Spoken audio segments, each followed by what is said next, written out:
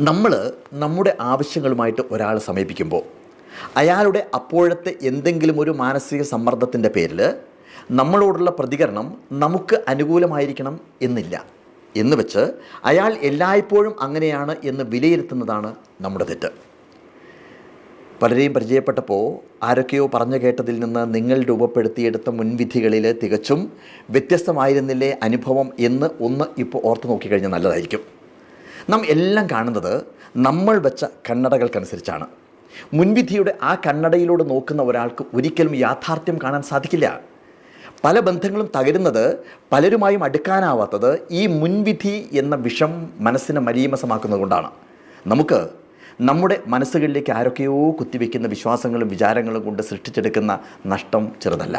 അതുകൊണ്ട് മുൻവിധികളെ പതുക്കെ പതുക്കെ ഒഴിവാക്കാൻ വേണ്ടി പഠിക്കുക. ജീവിതം കൂടുതൽ സുന്ദരമാവും, ഉജ്ജ്വലമാവും.